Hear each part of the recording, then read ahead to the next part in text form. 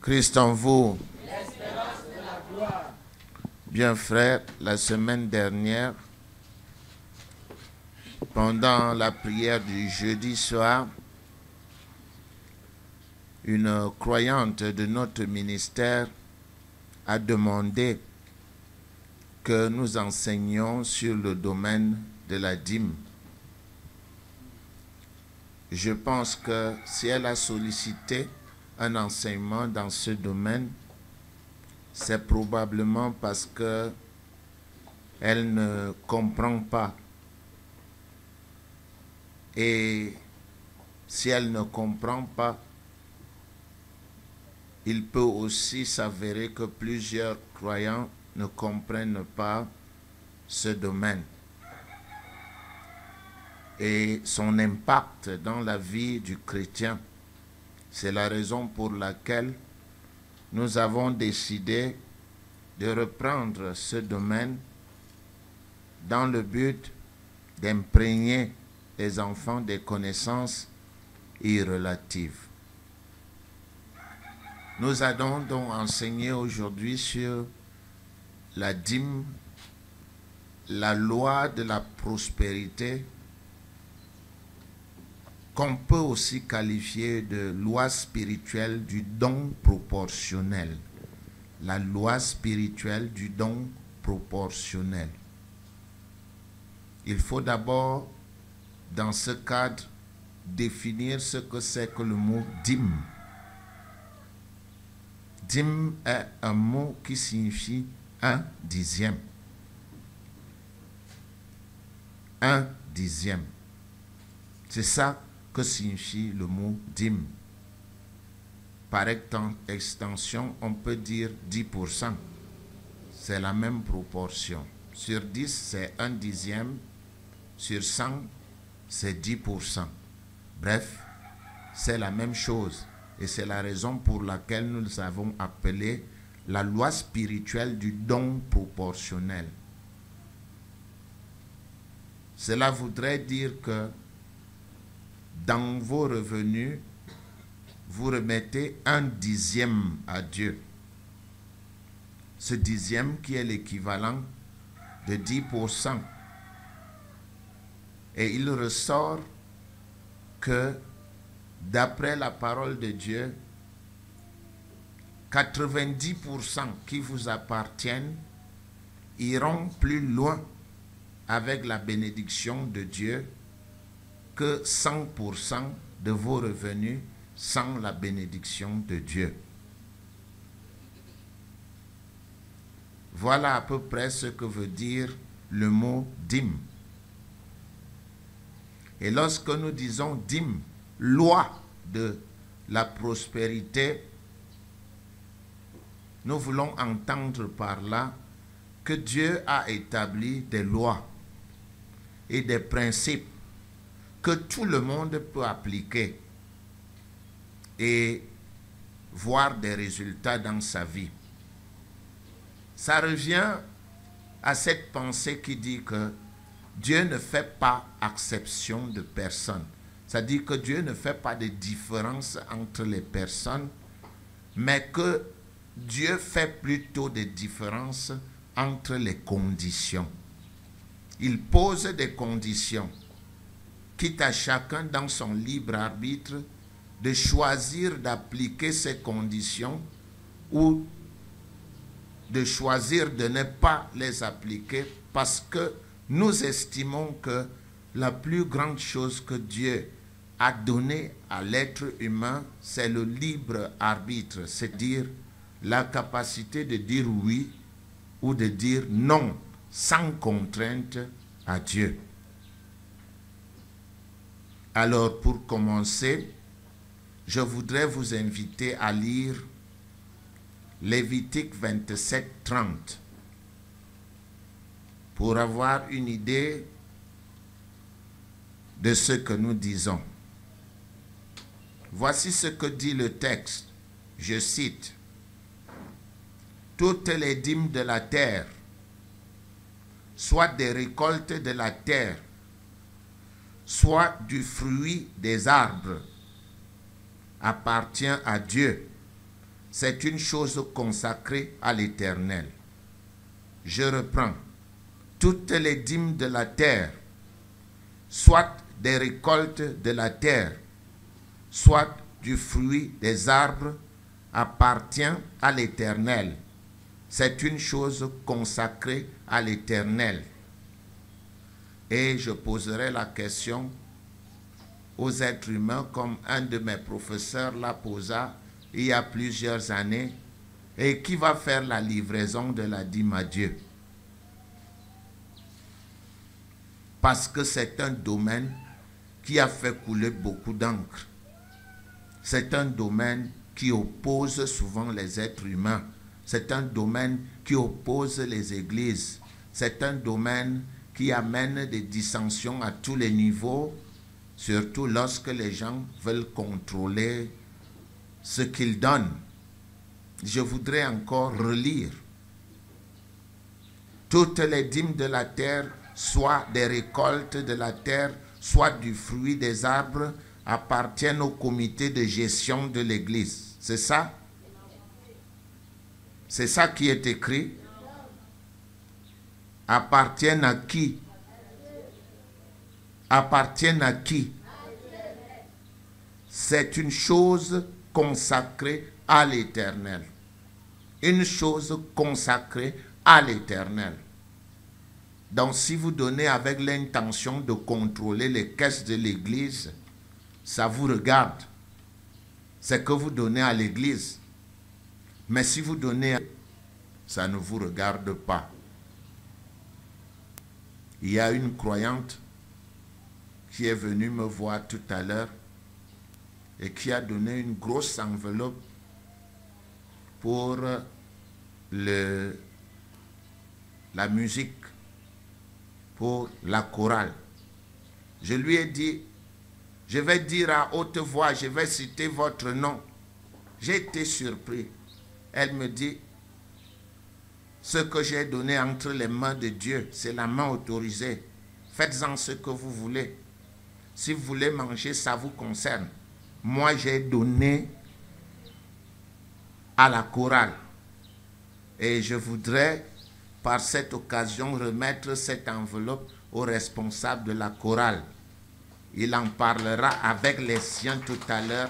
C'est pour le développement de la chorale, des instruments. Voyez, cette croyante n'a pas voulu qu'on cite son nom. Parce qu'elle m'a dit que Dieu, elle a donné à Dieu et Dieu voit où. Ce n'est pas à vous de voir ce qu'on a donné à Dieu. Ça ne vous regarde pas. Je vais relire. Toutes les dîmes de la terre, soit des récoltes de la terre, soit du fruit des arbres, appartient à l'Éternel. C'est une chose comment? Consacrée à l'Église. C'est ça? C'est une chose consacrée à qui? À l'Éternel. Que les gens cessent donc de se battre pour des choses qui ne leur appartiennent pas. Si celui à qui on remet les dîmes veut les manger, qu'il les mange, il rendra compte à qui? À qui? Il rendra compte à qui? Je n'entends pas ce côté-là. Ils sont muets. Il rendra compte à qui? Que les dîmes cessent donc d'être les causes de guerre au sein des églises. Bien. Nous disons donc que Dieu n'a pas de favoris. La postérité dépend de certes, la propriété, la prospérité, autant pour moi. La prospérité dépend de certaines lois définies que tous peuvent apprendre et appliquer. Tout le monde peut apprendre cette loi et l'appliquer sans obligation aucune. Mais la loi de la prospérité doit être perçue dans une optique spirituelle. Quelle est cette optique spirituelle? Quelle est la nature spirituelle de la prospérité? c'est ce que nous essayons ou essayerons de développer dans cet enseignement afin que tous soient parfaitement au courant de ce que cela signifie. C'est vrai, un courant idéologique, un courant d'étudiants de la Bible soutient que nous sommes sous la grâce et non sous la loi et que Christ a accompli la loi. Par conséquent, les dîmes ne doivent plus être payées. Ça, c'est un courant de chercheurs bibliques qui soutient cela. Mais nous soutenons, nous, que la loi de Moïse n'a pas mis fin aux lois immuables de Dieu. Qu'est-ce que nous appelons les lois immuables? C'est des lois qui ne changent pas. Comme la loi de la croyance que vous connaissez. Croire est égal à quoi? Ce que je crains, ça faisait partie de la loi, non? Est-ce que ça a changé? Croire est égal à recevoir. Nous appelons ça une loi immuable. Nous appelons aussi la prospérité une loi immuable. Parce que la loi de la prospérité ne dépend pas, ou du moins n'a pas commencé au temps de Moïse. Si elle a commencé au temps de Moïse, alors elle fait partie de la loi de Moïse. Mais en Genèse 14, 19, dans le livre de la Genèse, longtemps avant que Moïse ne naisse, je crois même 2000 ans avant que Moïse ne naisse, Dieu avait déjà établi le principe de la dîme. Et le protagoniste ici, c'est Melchisédek. Melchisédek, dont on ne connaît ni le père ni la mère, qui en fait est l'homme de Dieu de l'Ancien Testament. Si vous avez lu le livre d'Hébreux, vous verrez qu'on ne sait pas d'où il vient. On ne connaît pas sa racine. On sait simplement que Melchisédek était un prophète, un homme de Dieu, dans le livre du commencement de la Genèse, et que Abraham lui a remis la dîme de tous ses avoirs. Vous pouvez regarder en Genèse 14, 19 pour vérifier. Tandis que la loi vient en Exode 20. Ça dit 2000 ans après la naissance, après l'existence d'Abraham. La loi de la dîme ne fait donc pas partie de la loi de Moïse. Or, Jésus est venu pour accomplir quoi? La loi de Moïse. Voilà l'argument que nous tenons contre, que nous soutenons contre ceux qui parlent de l'ère de la loi qui serait révolue et que nous sommes sous la grâce.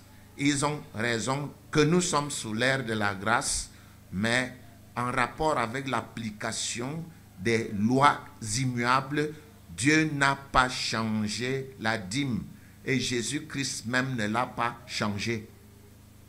Et s'il n'est pas fait mention de la dîme dans le Nouveau Testament, c'est tout simplement parce qu'un fils de Dieu ne peut pas faire moins que l'esclave.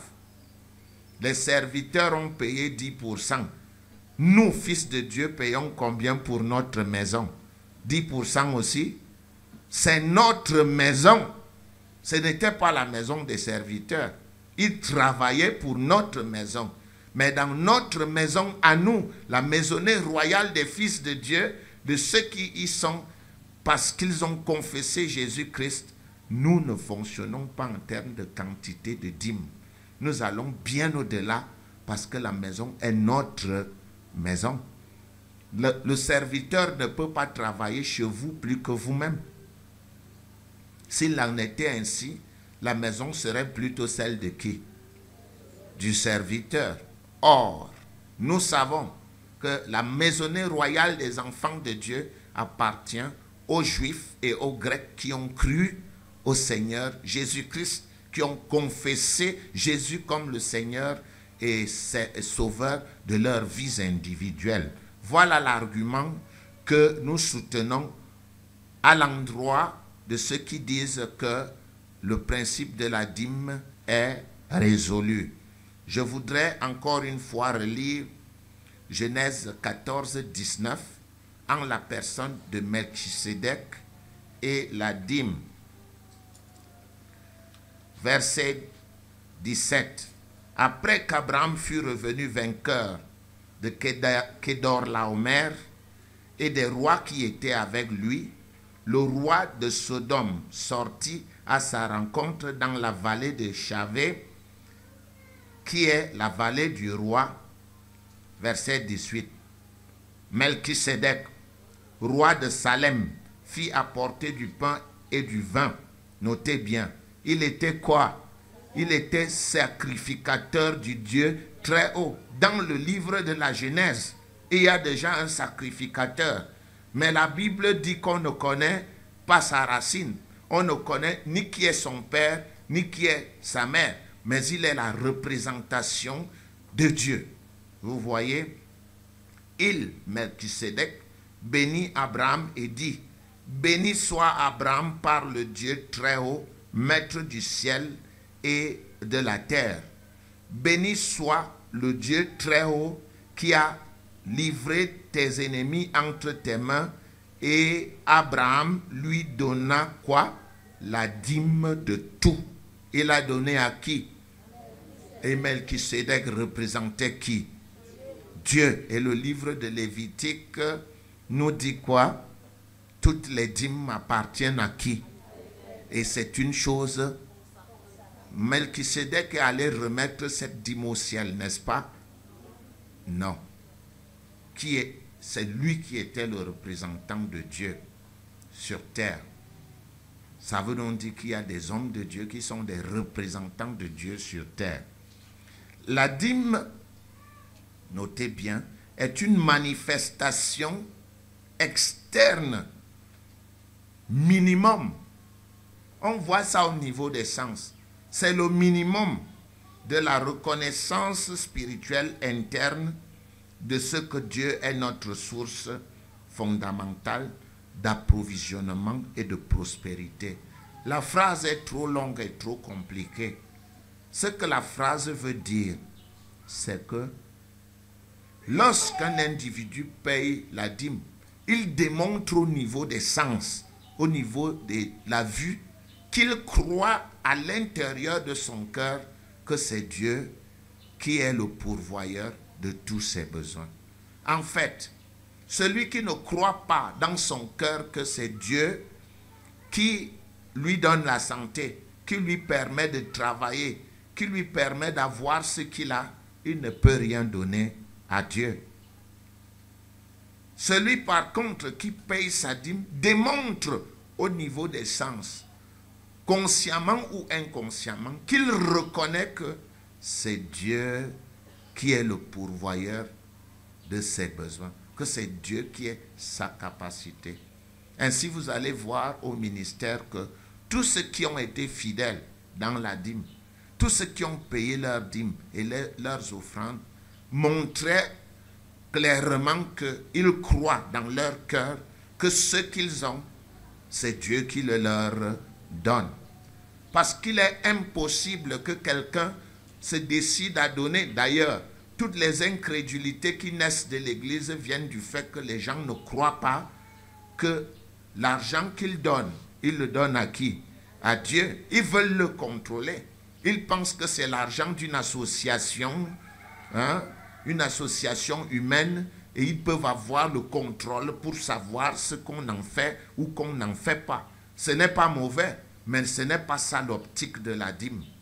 Celui même qui emploie la dîme, dans l'optique de Dieu, devrait l'utiliser selon la volonté de qui? De Dieu. S'il l'utilise selon sa propre volonté, il détourne la destination spirituelle de la dîme. Est-ce qu'on se comprend? On se comprend? La dîme est quoi? La manifestation externe minimum de la reconnaissance spirituelle interne de ce que Dieu est notre source fondamentale d'approvisionnement et de prospérité. Qui dit mieux? Vous voyez donc, un texte biblique dit quoi? Que c'est de l'abondance du cœur dont la bouche parle. On peut voir à travers vos gestes les choses qui sont à l'intérieur de votre cœur.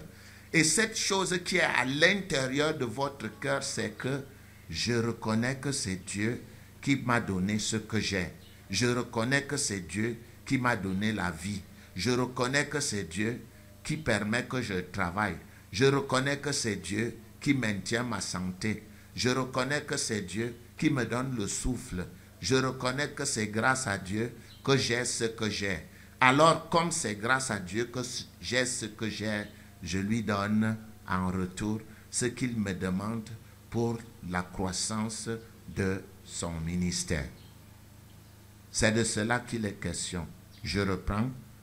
La dîme est une manifestation externe minimum. C'est le minimum de la reconnaissance spirituelle interne de ce que Dieu est notre source fondamentale d'approvisionnement et de prospérité. Nous allons aussi voir que la dîme, en tant que paiement minimum, c'est le paiement minimum que Dieu exige de toi. Les offrandes viennent ajouter un plus à ce paiement. Mais le paiement minimum que Dieu attend de toi, c'est que tu remettes la dîme. Ce sont ces dîmes. Ces dîmes ne t'appartiennent pas. Celui qui ne paye pas sa dîme vole Dieu. Il vole les biens de Dieu. Parce qu'on a dit que toutes les dîmes appartiennent à qui? À l'Éternel. Et lorsque tu ne payes pas ta dîme, tu es quoi devant Dieu? Un voleur. Tu ne payes pas tes dettes. Tu ne reconnais pas dans ton cœur que c'est lui qui pourvoit tes besoins, que c'est lui qui te donne la santé, que c'est lui qui t'évite les accidents, que c'est lui qui te protège contre je ne sais pas quoi, contre tout ce que l'adversaire prépare contre ta vie. Donc la dîme en tant que paiement minimum donne une réponse minimum à une telle bénédiction. Vous payez le minimum, vous recevrez quoi? Le minimum. Vous payez le minimum, vous payez les dettes, vous n'avez rien donné à Dieu. Et certains croient qu'en payant leurs dettes, ils donnent à Dieu. Qui a jamais donné à quelqu'un en payant ses dettes? Votre bailleur vous réclame 50 000 francs. Vous venez lui donner 50 000 francs. Vous lui avez donné ou bien vous avez fait ce que le droit exige? Vous avez fait ce que le droit exige. Vous n'avez rien donné. Vous n'avez rien donné. Celui qui paye sa dîme ne donne rien à Dieu. Il paye ses dettes. C'est comme l'État. Celui qui paye les impôts donne à l'État? Non. Il exerce son droit de citoyen de la République en payant ses impôts.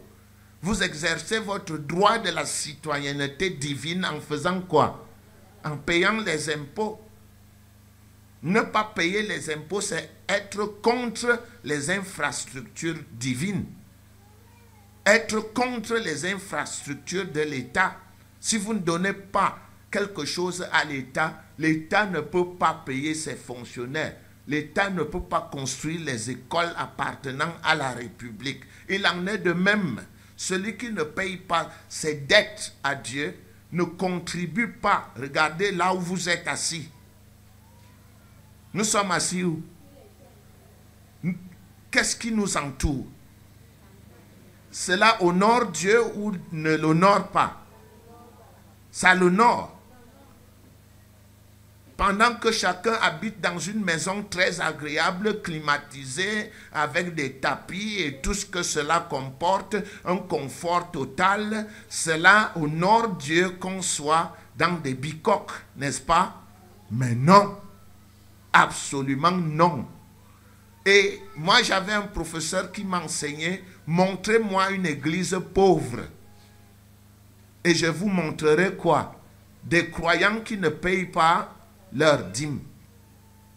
Montrez-moi une église pauvre et je vous montrerai des croyants qui ne payent pas leur dîme. Pourquoi? Parce que si vous ne le saviez pas, la dîme est le point de contact. C'est comme l'interrupteur. C'est comme l'interrupteur, le point de contact matériel avec les bénédictions matérielles de Dieu. Le point de contact matériel avec des bénédictions matérielles de Dieu. Je voudrais qu'un électricien me dise à quoi sert l'interrupteur. Il y a un électricien là au fond. Dites-nous à quoi sert l'interrupteur. Pardon? Ça sert à allumer. Ça sert à faire quoi? Seulement. Mais l'interrupteur a deux responsabilités. Faire quoi? Allumer, mettre le contact pour que le courant passe et faire quoi? Et couper le contact pour que le courant ne passe pas. Voilà la fonction de l'interrupteur. Le courant vient de la centrale. Dieu, c'est le courant. Prenons Dieu comme le courant qui vient de la centrale. Et Néo. Et l'interrupteur est là. Vous appuyez sur l'interrupteur, le courant passe et alimente l'ampoule de votre maison. Vous coupez. Vous appuyez sur l'interrupteur, le courant se coupe et ne rentre plus dans la maison. Vous êtes dans l'obscurité. Prenez donc la dîme est quoi? Le point de contact matériel. Le point de contact matériel entre la bénédiction matérielle de Dieu et votre prospérité à vous. Vous payez votre dîme, le contact est établi. Vous ne payez pas votre dîme, le contact est comment? Coupé. Consciemment ou inconsciemment, indépendamment du fait que vous soyez d'accord ou que vous soyez contre, la dîme est le point de contact matériel entre l'abondance de Dieu et le croyant. Voilà. Écrivez ça en rouge. Les non-croyants peuvent faire ce qu'ils veulent avec leur argent. Parce que le diable ne les pourchasse pas. Ils appartiennent déjà légalement à qui? À qui? Le voleur ne vient que pour dérober, égorger et détruire. Je pose la question, il détruit les biens de qui? Des enfants de Dieu. Est-ce que le diable détruit les biens de ses enfants? Mais non. Tous ces buveurs de sang là sont riches, oui ou non? Ce qu'ils entreprennent fonctionne ou ça ne fonctionne pas? Ça fonctionne. Mais toi, tu es enfant de Dieu. Et tu vis où? Tu vis où? Le monde appartient à qui? Mais voilà, tu es enfant de Dieu. Tu vis dans le monde. Et le monde appartient à qui? À Satan. Nous avons la preuve en Luc. Luc chapitre combien? 4 versets 5 à 6. On peut voir que le monde appartient légalement à Satan. Je voudrais lire cela pour attirer votre attention encore une fois. Luc, chapitre 4, verset 5. Le diable. Qui? Le diable. L'ayant élevé qui? Jésus-Christ lui montra en un instant tous les royaumes de la terre et lui dit: je te donnerai toute cette puissance et la gloire de ces royaumes, car elle m'a été donnée et je la donne à qui je veux. Si donc tu te prosternes devant moi, elle sera toute à toi. Est-ce que toi tu te prosternes devant le diable pour que ses biens soient à toi? Il a voulu tenter le Seigneur Jésus-Christ avec quoi? Avec les biens, en lui disant: regarde, regarde tous ces biens. Ces biens m'appartiennent. Hein? La gloire de ces biens m'appartient. Si tu m'adores et te prosternes devant moi, ces biens seront à qui? Ces biens seront à qui? Ces biens seront à qui? À toi, à Jésus-Christ qui est le fils de qui? Donc, le souhait de Satan, c'est quoi? c'est que chacun de nous qui est fils de Dieu ici se prosterne et fasse quoi? Et l'adore pour que ses biens lui reviennent. C'est ça la grande tentation de ce siècle. C'est que les fils de Dieu refusent d'adorer Dieu et adorent le diable pour les bienfaits. Tous les buveurs de sang là que vous voyez ont été baptisés dans une église de la place. C'est vrai ou c'est faux? Ils sont chrétiens, oui ou non? Ils le sont, oui ou non, de par leur dénomination. Ils le sont. Mais est-ce qu'ils honorent Dieu? Ils honorent qui? Et le diable aurait aimé ça, que Jésus-Christ le fasse. Que Jésus-Christ se prosterne devant lui et l'adore, afin que les biens, l'honneur et la gloire lui reviennent. Ce qui aurait été un camouflet, une puissante gifle à Dieu qui a créé les cieux et la terre. Mais grâce soit rendue à notre Seigneur parce qu'il a dit non. Il a dit quoi? Est-ce que chacun de nous a dit non? Est-ce que chacun de nous ici a dit non? C'est faux. Le non, c'est de bouche. Le non, c'est de bouche, ou vrai ou faux? C'est vrai ou c'est faux? Tous les péchés que nous commettons là pour avoir de l'argent, c'est pour donner gloire à qui? À Dieu ou à Satan? La prostitution, ça donne gloire à qui? Est-ce que les enfants de Dieu, il n'y en a pas une grande partie prostituée au milieu? Vrai ou faux? Alors, voilà donc le piège. Le piège, c'est que tu es enfant de Dieu et tu veux bénéficier des bénédictions de Dieu sans toucher Dieu, sans marcher par la loi de Dieu. Et tu penses que Satan va faire quoi dans le monde contre toi? Tu es un rebelle. Parce que ses enfants dans le monde lui obéissent. C'est clair, non? 1 Jean 4. Regardez en 1 Jean 4. 1 Jean chapitre 4. Qu'est-ce qu'un Jean 4 dit ici?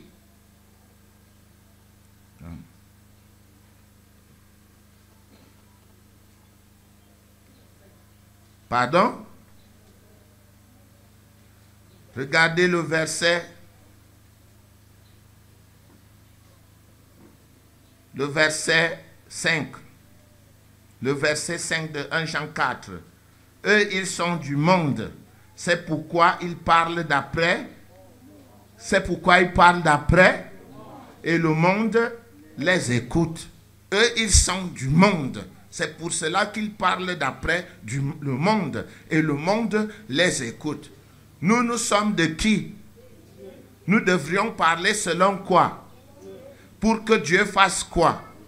Nous écoute, mais nous sommes de Dieu, mais nous marchons selon le monde et nous attendons que le monde nous écoute. Non, le monde ne nous écoutera pas parce que le monde écoute ceux qui sont du monde. Et Dieu écoute qui? Ceux qui sont de Dieu parce qu'ils respectent quoi? Ses lois.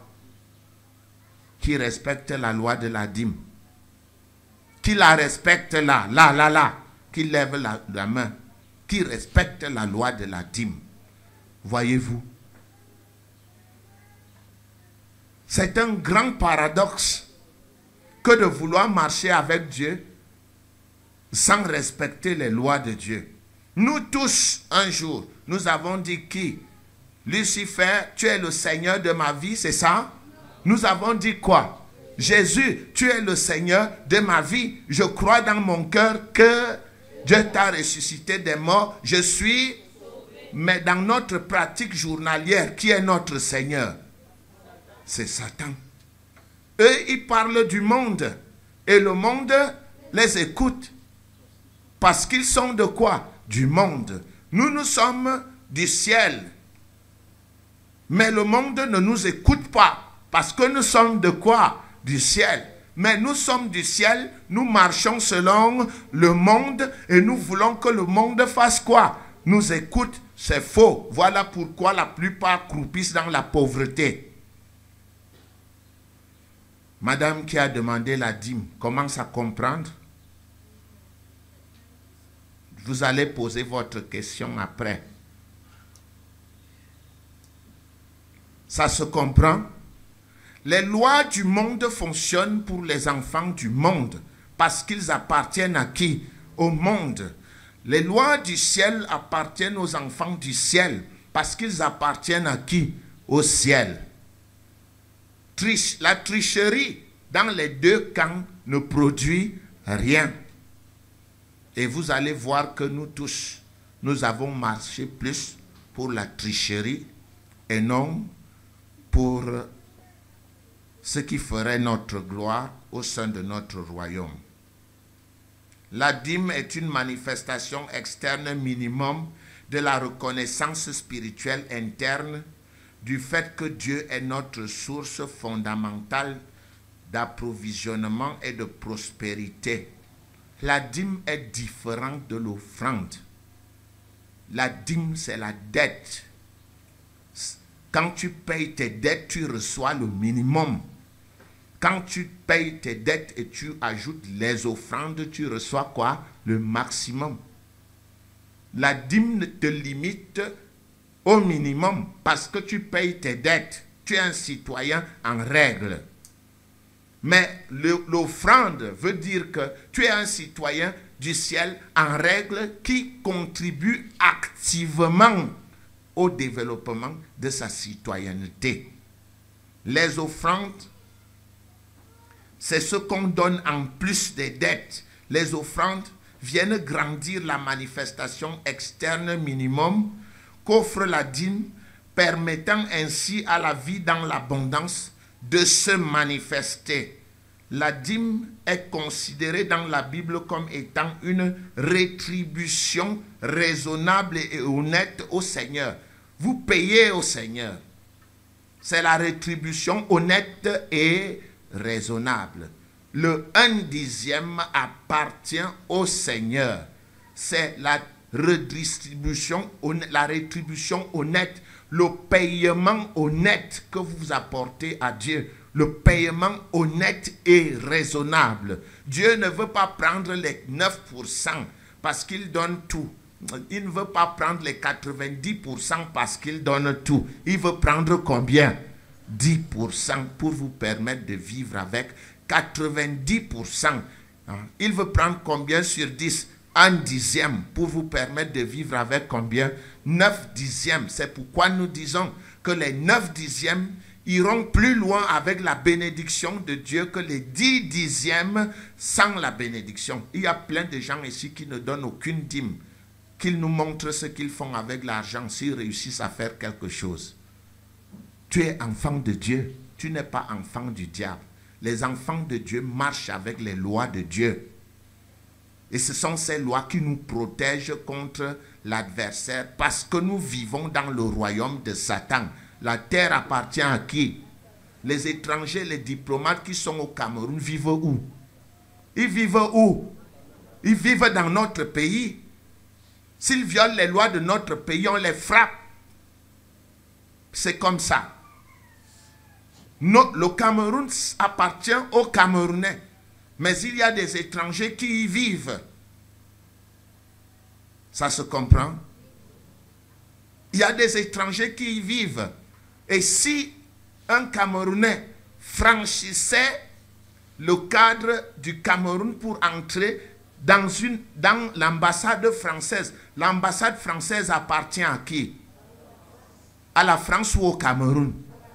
À la France. Si vous entrez dans l'ambassade de France pour commettre des dégâts, vous commettez un incident diplomatique. Et la France demande des comptes à qui? Mais vous me suivez ou vous ne me suivez pas? La France demande des comptes à qui? Vous êtes une ambassade de qui sur terre? La terre appartient à qui? Si Satan franchit les bornes de Dieu pour entrer dans l'ambassade de Dieu sur terre, qu'est-ce qui va se passer? Il crée un incident comment? Diplomatique, et qui répond directement? C'est Dieu. Pourquoi vous ne comprenez pas ça? Satan. Vous comprenez maintenant? Vous êtes citoyen de qui? Votre pays est quoi? Vous habitez où maintenant? Et vous respectez les lois de qui? De Dieu. Maintenant, en respectant les lois de Dieu dans votre ambassade, si Satan entre dans l'ambassade pour causer des dégâts, qu'est-ce qui se passe? Dieu fait quoi? Il réagit et lui dit, ça c'est le pays de Dieu. Vous n'avez pas le droit d'y toucher. Mais admettons que vous êtes dans l'ambassade de Dieu et vous sortez de l'ambassade pour aller tirer dehors comme les autres qui sont. Si on vous frappe, qu'est-ce que Dieu fait? Il a la force d'intervenir, n'est-ce pas? Non, vous avez violé les droits hors de votre ambassade. Vous subissez. Vous subissez. Et plusieurs subissent ici parce qu'ils refusent de rester où? Dans l'ambassade de Dieu qui est sous la protection de Dieu. Est-ce que vous comprenez cela? Moi, j'ai vu ici, là, il y a certaines ambassades où on n'utilise aucun produit du Cameroun. Non? Prenez l'ambassade des États-Unis, par exemple. Tous ces biens, tout ce qui est consommé dans l'ambassade vient d'où? Des États-Unis. Quand ils s'en vont même, ils brûlent les couverts et autres, ils balancent ça parce que ça ne sert plus. Ça, ce sont des images claires qui peuvent vous permettre de comprendre ce qui se passe dans le royaume de Dieu. L'Américain qui au Cameroun paye les impôts au Cameroun. Est-ce qu'il paye les impôts au Cameroun? L'Américain qui au Cameroun paye pour qui? Il paye quoi? Les impôts de son pays. Il est toujours à l'écoute. Vous pouvez même mettre vos Cameroun Tribune et vos quoi là, CRTV. L'Américain qui est au Cameroun regarde quoi? Il regarde CNN. Il regarde, il peut à la limite jeter un coup d'œil chez vous pour savoir ce qui se passe. Mais sa priorité est... Et vous avez vu, lorsque un d'entre eux est agressé au Cameroun ou ailleurs dans le monde, qu'est-ce qui se passe? Qu'est-ce qui se passe? Leur gouvernement réagit immédiatement en disant, attention, vous détenez un Américain, un seul. Et Dieu ne ferait pas mieux. Dieu ne peut pas faire mieux, n'est-ce pas? Vous voyez que ces choses, on doit les apprendre.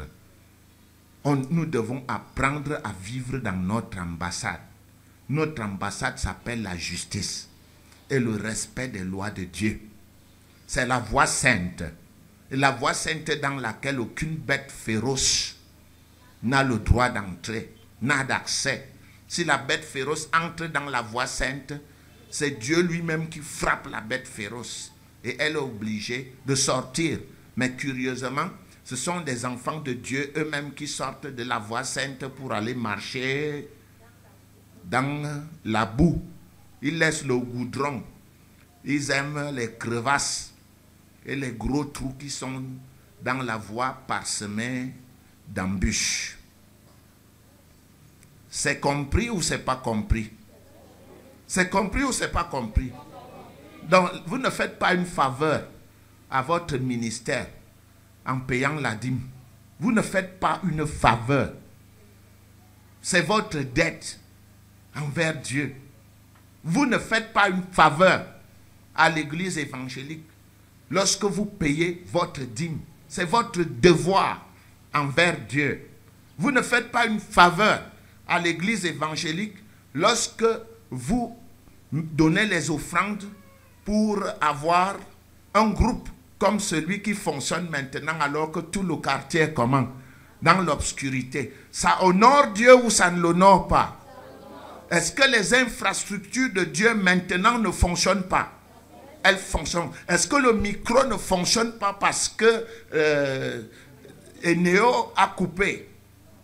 Le micro fonctionne. Pourquoi fonctionne-t-il? Pourquoi ce micro fonctionne-t-il? Parce que vous avez dit non. Nous sommes citoyens d'où?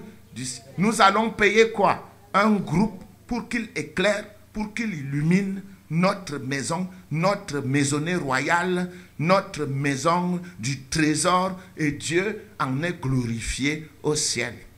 C'est de cela qu'il est question. J'ai vu dans des générations passées, on dit aux croyants, payez vos dîmes. Les autres disent quoi? Non, ne payez pas. Je ne sais pas s'ils sont conscients des malédictions qui sont entrées dans leur vie. Certains d'entre eux sont en prison aujourd'hui. Est-ce qu'ils peuvent savoir d'où est venue la malédiction? C'est d'avoir programmé la rébellion dans la maison de qui? Ils auraient dû programmer la rébellion où? Hors de la maison de Dieu, dehors. Mais ils l'ont programmé où? Dans la maison de Dieu. Et ils s'attendaient en tant que fils de Dieu à recevoir quoi?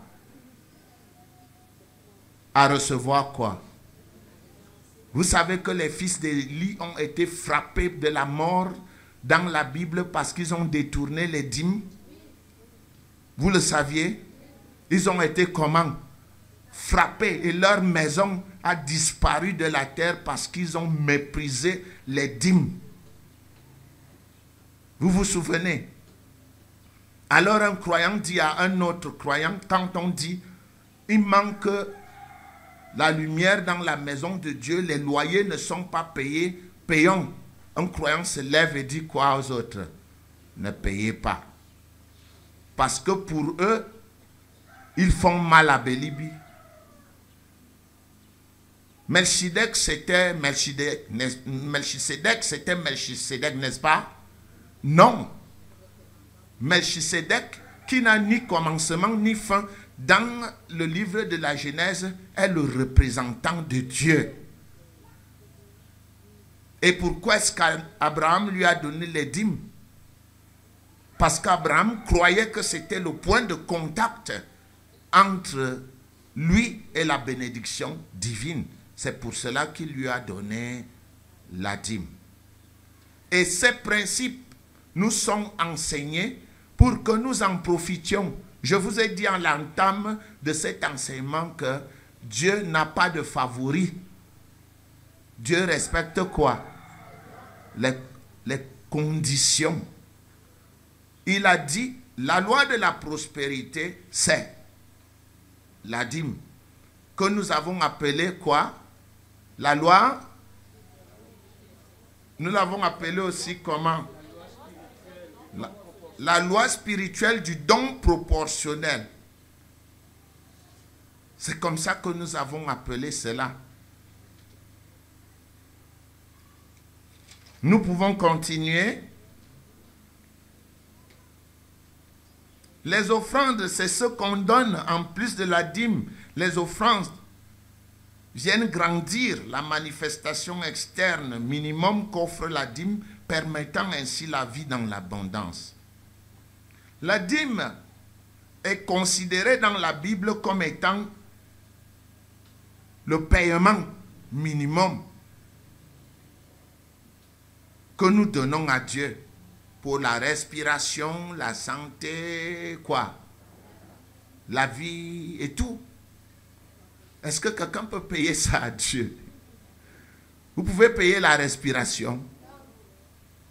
La respiration, la vie, le cœur qui bat constamment de votre naissance jusqu'à la mort. Vous savez ce que cela serait si l'être humain avait le pouvoir de faire battre le cœur de l'autre?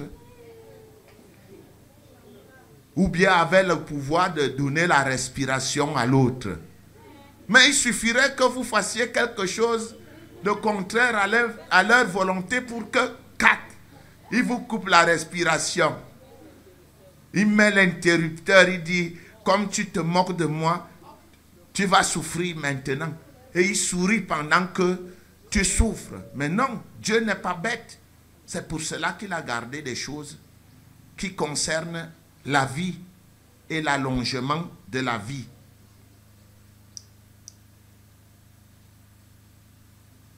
Voilà, nous avons parlé de la rétribution, le paiement, qui est la rémunération attribuée à Dieu pour le travail qu'il accomplit dans nos vies.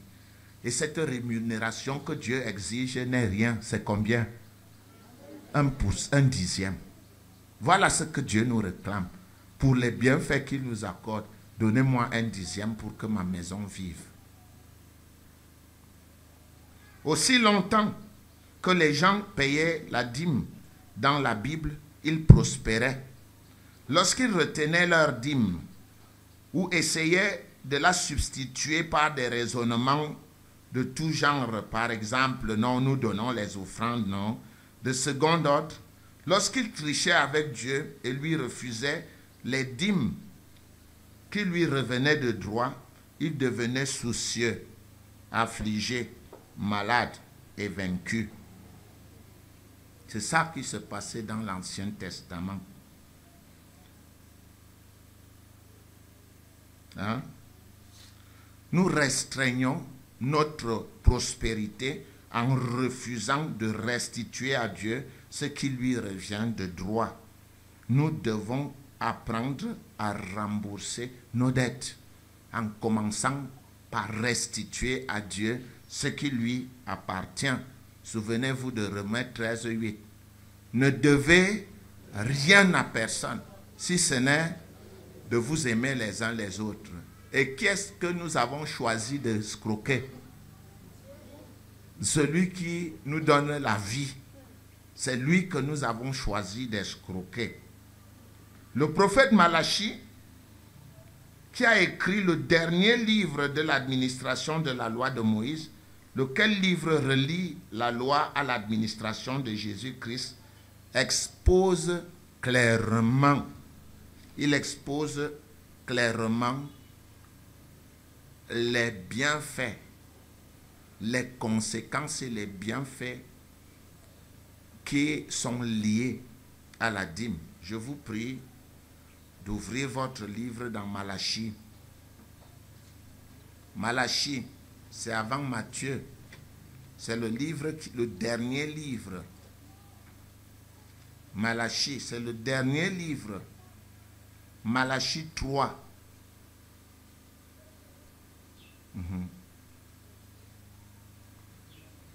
À partir du verset 6.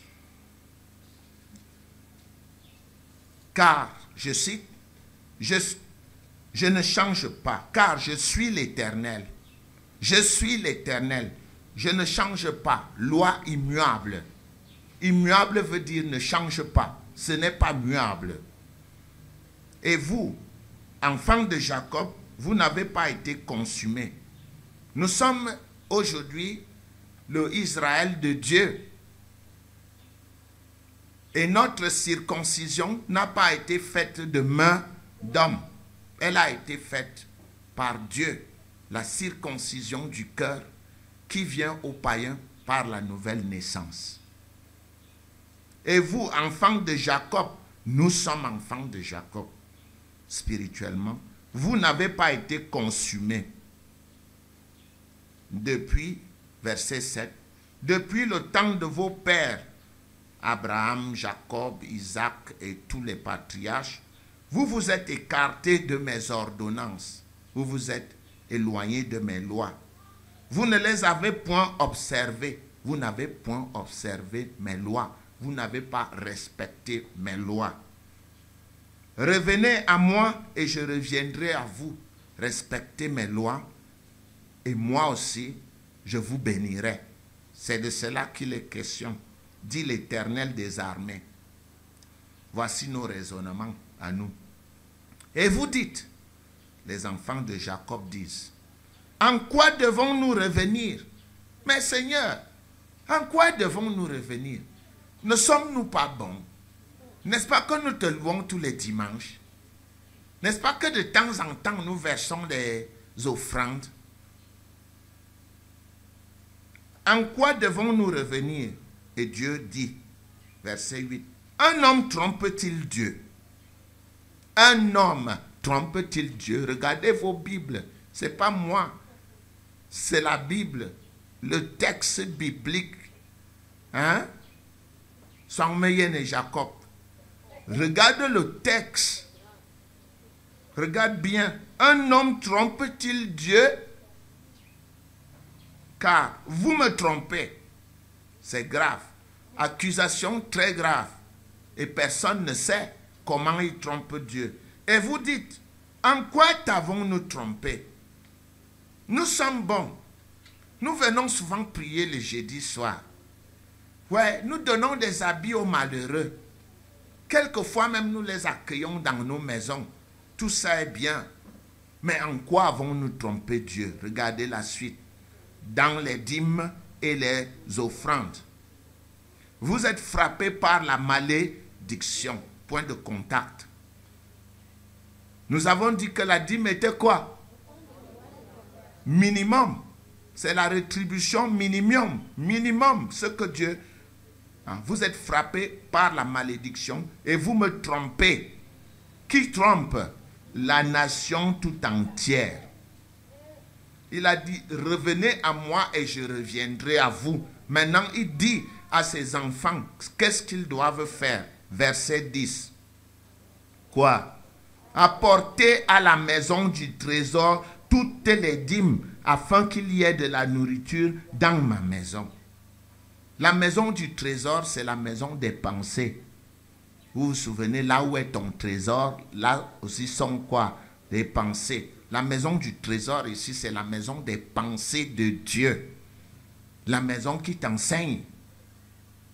La maison par laquelle tu es en contact avec Dieu au moyen de ses pensées. Apportez à la maison du trésor toutes les dîmes afin qu'il y ait quoi? De la nourriture dans ma maison. La nourriture ici symbolise le fonctionnement. D'accord? La nourriture symbolise quoi? Le fonctionnement. La nourriture peut être représentée par l'essence, par l'eau, par le loyer, par tout ce qu'il faut dans une maison pour qu'on vive. Et la maison ici n'est pas la maison du pasteur. C'est la maison de qui? De Dieu, dans laquelle vit quoi? Le pasteur. Voilà. Le pasteur n'a pas une rémunération mensuelle. Comme pasteur, ceux qui travaillent avec lui sont maltraités. Ils n'ont rien à manger. Tandis que les fils de Dieu, eux, mangent bien dans leur maison. Et ils ne sont pas futés quelquefois d'apporter ne serait-ce que une main de banane à celui qui s'occupe d'eux. Et ils ne pensent jamais que celui qui est là, qui est en train de prier pour moi, peut avoir faim. Non. J'ai quelquefois noté qu'après avoir prié 3 heures de temps, ici, il est 21 heures, je commence à prier à 18 heures. À 21 heures, quand je vais entrer dans mon bureau, il y a encore quelqu'un qui se lève pour me dire, pasteur, vous n'avez pas encore prié pour moi. Et quand on regarde, qu'est-ce qu'il amène pour venir voir le pasteur? Rien. Or, dans l'Ancien Testament, on n'allait pas voir le voyant les mains vides. Ce n'est pas à dire que nous ayons besoin de vos offrandes, mais vos offrandes contribuent à ce qu'on vive, à ce qu'on mange, à ce que les enfants aillent dans des écoles, afin que nous puissions nous déplacer librement, afin même que votre ministère soit vivant. Parce que si je ne pense pas à un enseignement, je l'ai écrit, comme aujourd'hui à de minuit à près de 2 heures du matin, si je n'écris pas cet enseignement parce qu'il manque la lumière, vous ne pouvez pas être enseigné. Afin qu'il y ait de la nourriture dans ma maison. Ce sont les infrastructures. La maison de Dieu n'est pas forcément une maison faite de pierres et de clous et de marteaux. C'est l'environnement. C'est la famille spirituelle. Mettez-moi de la sorte à l'épreuve, dit l'Éternel. Il pousse. Il vous pousse. Il vous stimule en disant quoi? Mettez-moi de la sorte à l'épreuve. Dieu n'a jamais, moi je n'ai jamais vu Dieu parier dans la Bible. Parier que tape ici et tu verras, comme nous faisons chez nous en Afrique. Le seul verset où je vois Dieu parier ici, c'est dans le livre de Malachie. Et vous verrez, si je n'ouvre pas pour vous les écluses des cieux, si je ne répands pas sur vous la bénédiction abondante. Verset 11. Pour vous, je menacerai celui qui dévore. Qui dévore? Nous sommes l'ambassade de Dieu sur terre. Mais il arrive que nous soyons dévorés par l'adversaire. Et Dieu dit quoi? Je menacerai celui qui dévore et il ne vous détruira pas les fruits de la terre. La terre symbolise notre activité. Tu travailles où? Au ministère. Tu travailles où? Tu es commerçant, tu es chasseur, tu es pêcheur de poissons, tu es coiffeuse, tu es quoi? C'est ta terre qui te pousse. C'est sur cette terre-là que tu plantes chaque jour pour recevoir quoi? Les fruits. Et la vigne ne sera pas stérile dans vos campagnes. La vigne a toujours été symbole de réjouissance. Boire un peu de vin pour se réjouir.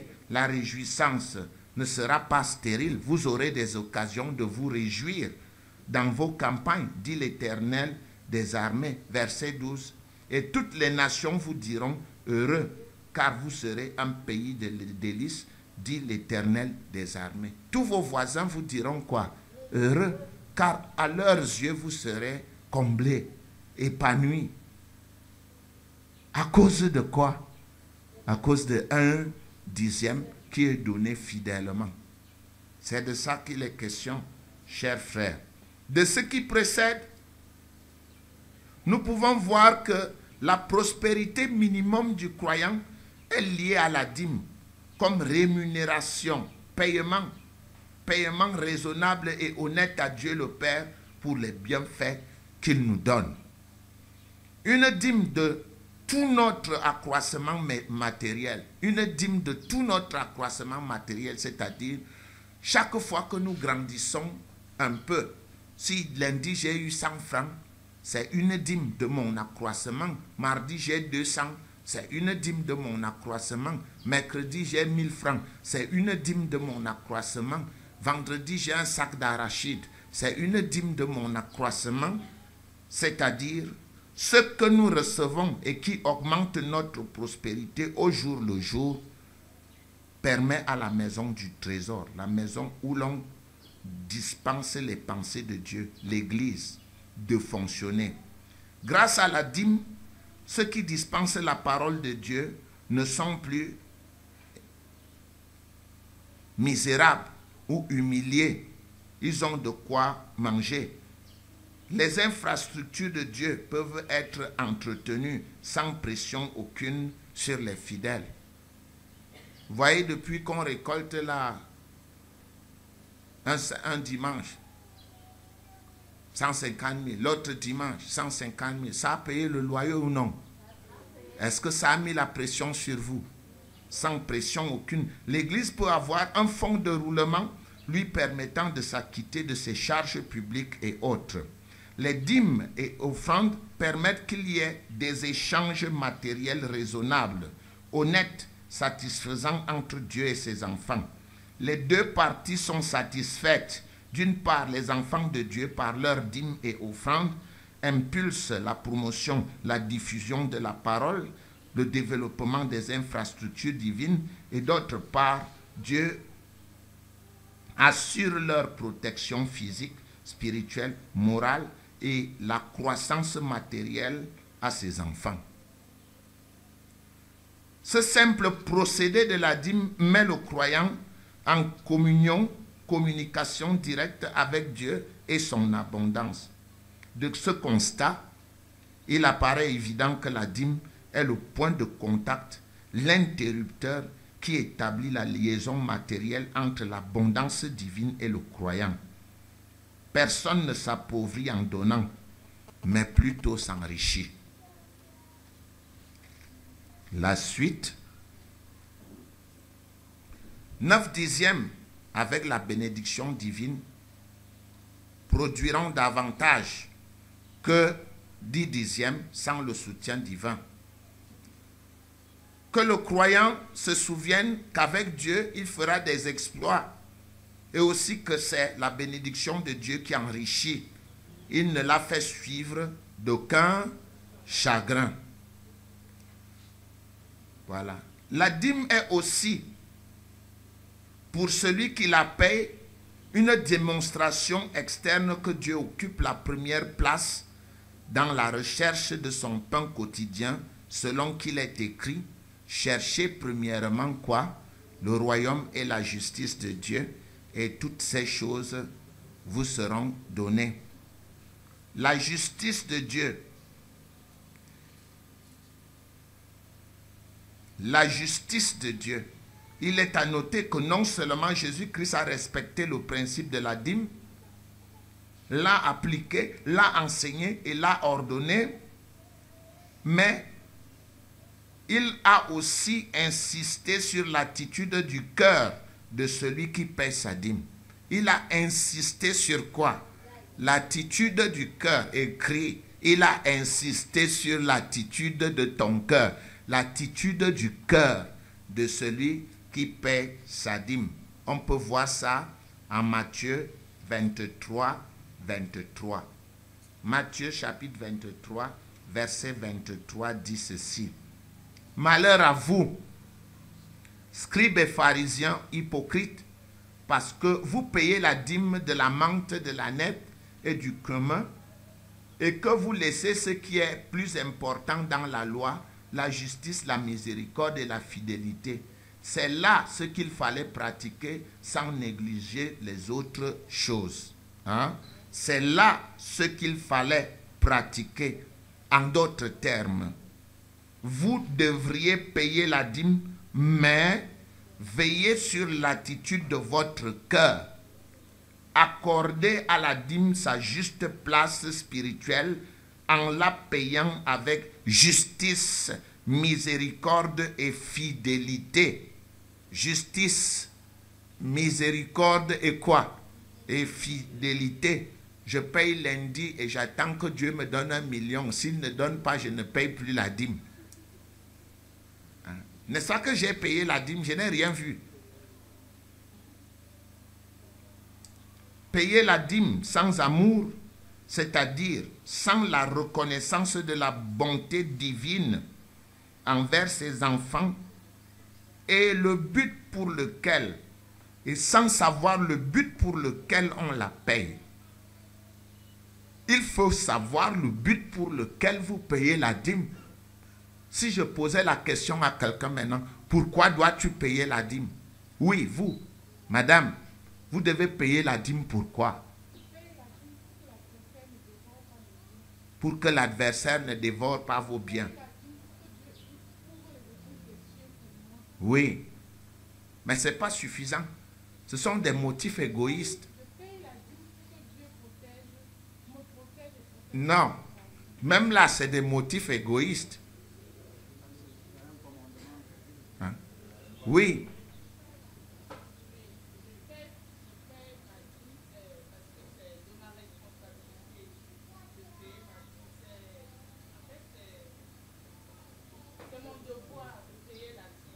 En partie. Pourquoi payes-tu la dîme?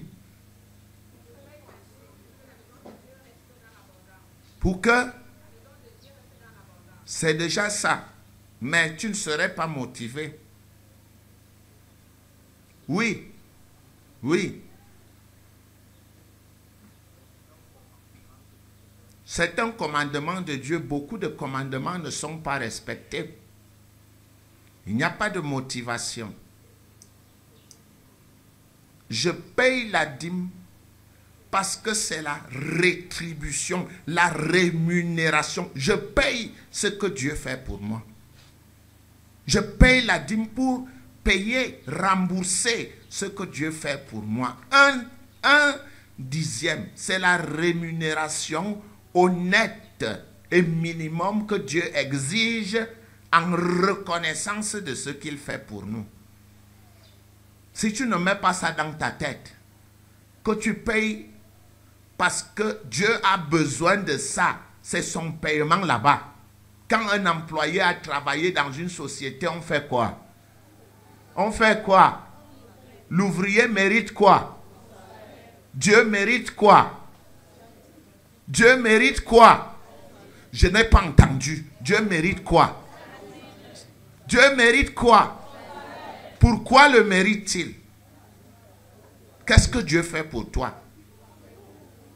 Non, tout c'est vague. On m'a toujours dit tout. Qu'est-ce que Dieu fait pour toi? Il te donne la vie. Tu payes la vie. Tu peux payer la vie. C'est justement pour ça qu'il faut être conscient de la raison pour laquelle tu payes la dîme. Tu vas donner la dîme, je paye la dîme pour la prospérité. Dieu peut parfois ne pas vous donner la prospérité immédiatement. Mais est-ce que c'est parce qu'il ne vous la donne pas? La vie qu'il vous donne, la santé qu'il vous donne, ne suffisent pas? C'est une question que je pose. Ça ne suffit pas? Bon, si vous ne croyez pas que la vie suffit, allez à la morgue et vous verrez ceux qui sont morts ce matin. Ils commencent à sentir. Ils commencent à faire quoi? À se décomposer. La vie, personne ne mérite la vie. La vie est un don de Dieu. Et si rien que pour la vie, Dieu te demande de lui donner quoi? 1/10 de tes avoirs. Attention. Si c'est un camarade ou l'État qui avait la vie, vous payeriez oui ou non? Vous payeriez oui ou non? Parce que si vous ne payez pas, les militaires viennent et vous obligent à faire quoi? Et si vous ne payez pas, qu'est-ce qui se passe? Vous mourrez. Point barre. Mais malgré le fait que vous vivez, Dieu n'est jamais venu dire je te tue parce que tu n'as pas payé ma dîme. Maintenant, je vais encore poser la question. Pourquoi payez-vous la dîme? J'ai déjà donné le bord. J'ai même déjà soufflé. N'échoue pas par bêtise. Pourquoi payes-tu la dîme? Lève-toi et dis-nous. Voilà. C'est la juste rémunération honnête et raisonnable que Dieu exige de ceux qui bénéficient de sa protection. Juste rémunération. Si tu juges que Dieu n'a pas le droit d'avoir 1% de tes biens parce qu'il t'a donné la vie, parce qu'il t'a donné la santé, parce qu'il t'a donné des enfants, parce qu'il maintient la respiration dans ta vie, parce qu'il fait battre ton cœur, ne paye pas. Mais si tu juges que cette rémunération est juste et raisonnable, alors fais quoi? Et tu la payeras même étant content. Sache donc en la payant, donc, quelles sont les bénédictions qui reviennent ensuite? Dieu protège vos biens. En plus de la vie, il protège vos biens. Il menace celui qui dévore. Il fait tout ce qui est en son pouvoir pour vous protéger. Et Satan est au courant qu'un tel paye sa dîme ou qu'il ne paye pas sa dîme. On peut même appeler Satan le contrôleur des dîmes. Parce que Dieu, lui, ne va pas prendre le temps de venir voir si tu as payé ou pas. C'est Satan qui va voir. Il a payé ou il n'a-t-il pas payé? Sa haie de protection est-elle bonne ou pas? Non, donne-lui le mal de tête. Tout mal de tête. Mais Dieu, j'ai pris et je ne vois rien. As-tu payé la taxe? Peux-tu exiger quelque chose de Dieu sans payer ta taxe? Oh là là là là là là. Les enfants de Dieu, même si on leur enseigne quoi, sont toujours prêts à commettre des bêtises. Où est-ce que vous avez exigé à un hôpital de vous soigner sans payer votre billet de session? C'est une question que je vous pose. Mais vous exigez que Dieu vous soigne. Oui, il est Dieu. Mais il a mis quoi? Il a établi quoi? Des lois pour vous permettre de jouir de votre guérison, de jouir de vos biens. Et cette loi, c'est quoi? C'est quoi? Là, c'est quoi?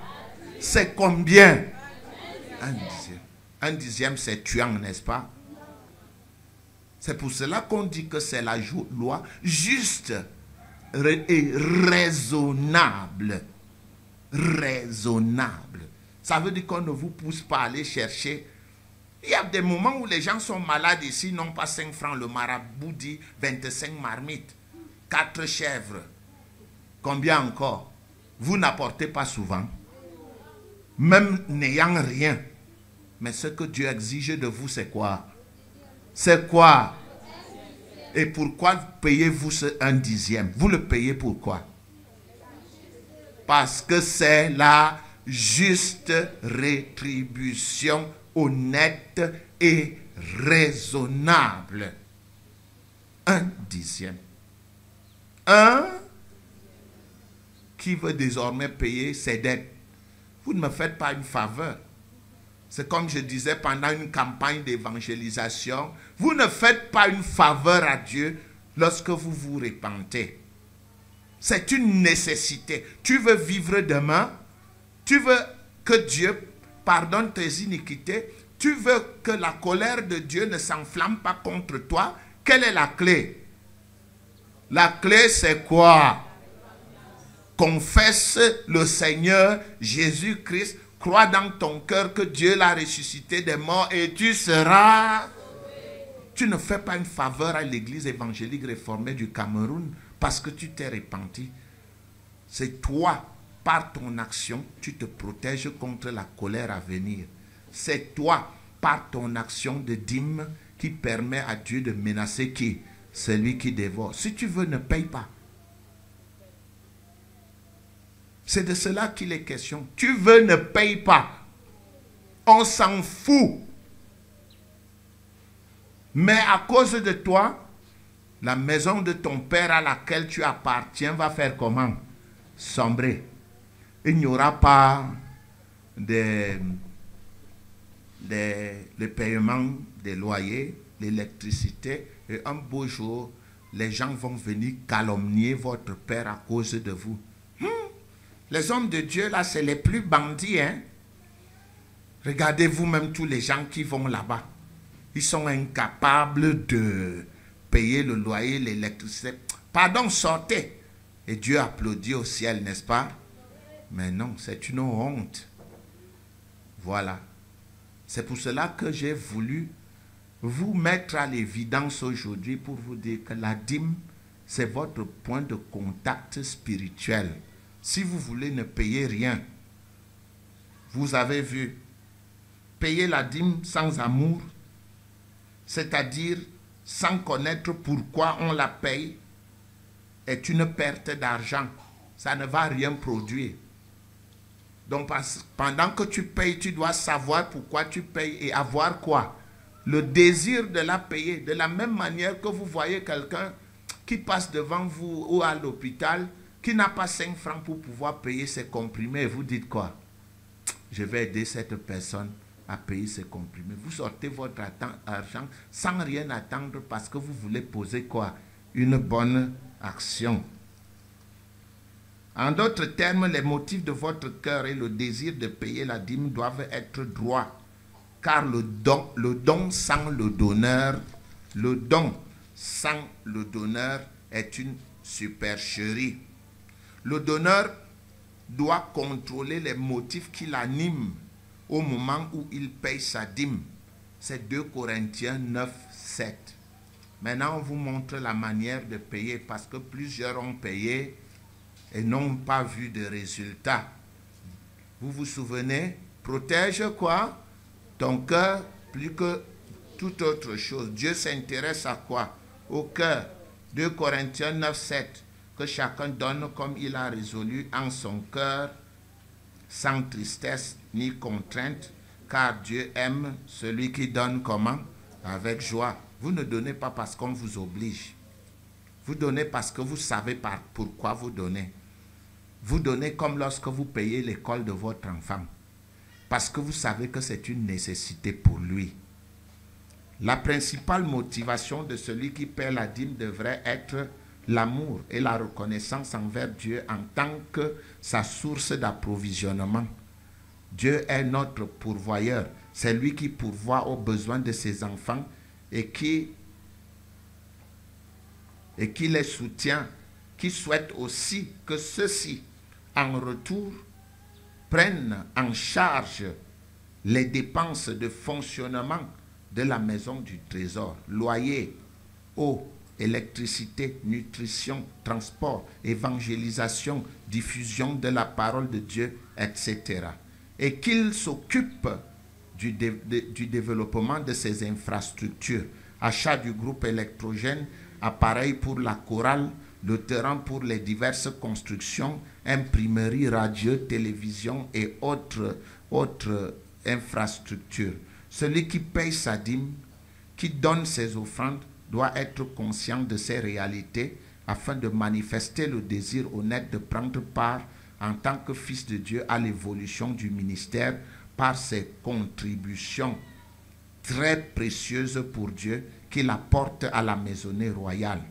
Proverbe 4, 23. Protège quoi? Ton cœur, plus que toute autre chose, car c'est de lui que viennent quoi? Les sources de la vie. C'est l'attitude du cœur du croyant qui ouvre les écluses des cieux. Pour vous, j'ouvrirai les écluses des cieux, mais c'est l'attitude de quoi? De ton cœur qui ouvre. Parce que Dieu regarde quoi? Le cœur. C'est ton cœur qui ouvre et permet à l'abondance divine de circuler librement vers toi. La dureté du cœur du croyant obstrue les tuyaux. Dieu regarde le cœur. Comment est le cœur? C'est ouvert, Bélibi. Ton cœur est ouvert. Ton cœur est ouvert. Allez, déverser, verser. Les écluses des cieux se déversent, ça. Le tuyau est comment? Ouvert. Regardez son cœur. Chaque jour, on demande les dîmes. Les dîmes, ça sert même à quoi? On ne voit même rien. Vous avez fait quoi? Obstruer votre cœur. La dureté du cœur du croyant obstrue les tuyaux qui, en temps normal, déversent les bénédictions dans la vie de Dieu. Vous connaissez le verset qui dit non. Ce n'est pas la main de Dieu. Non, la main de Dieu, ni son oreille. Qu'est-ce qui empêche que nos prières soient... Et nos péchés viennent d'où? Voilà. Et ça, c'est très important. Très important. Un autre principe de l'abondance est dévoilé en 2 Corinthiens 9, 6. Regardez 2 Corinthiens 9, 6. Vous allez voir des choses formidables. Vous avez vu 2 Corinthiens 9, 6?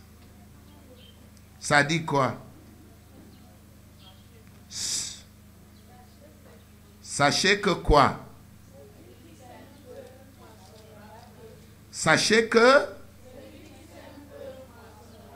et celui qui sème abondamment fera quoi?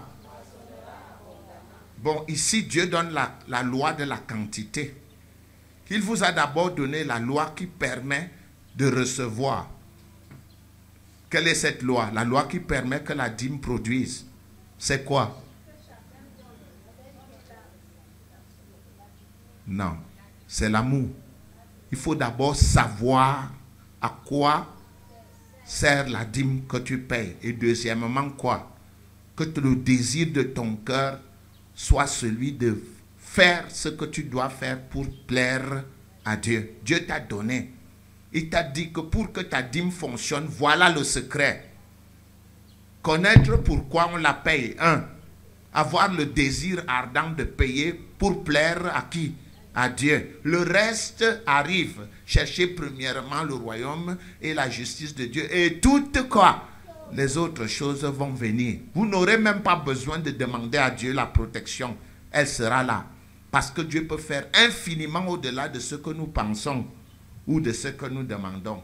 Il a montré la clé pour recevoir. Il l'a montré. C'est 2 choses. N'allez pas dire que je n'ai pas montré. C'est quoi? Quelle est la première chose? La première chose, c'est quoi? Que quelqu'un se lève et nous dise. Connaître pourquoi tu payes ta dîme. Et dans cette connaissance, nous savons que c'est quoi? La juste rétribution honnête et raisonnable que Dieu exige de nous en tant que pourvoyeur de nos besoins. Vous avez écrit, chacun a déjà écrit ça. Et la deuxième chose, c'est quoi? Avoir le désir ardent de donner par reconnaissance.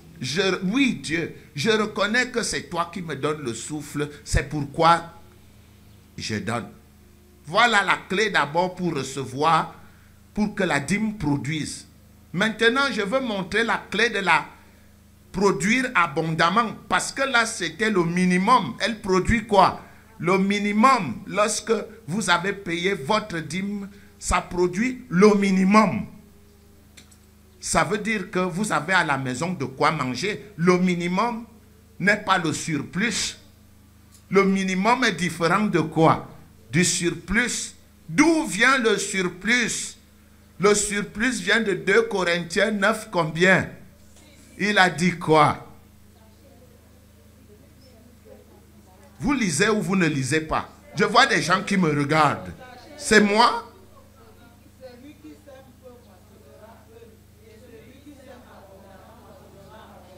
C'est la loi des quantités, non?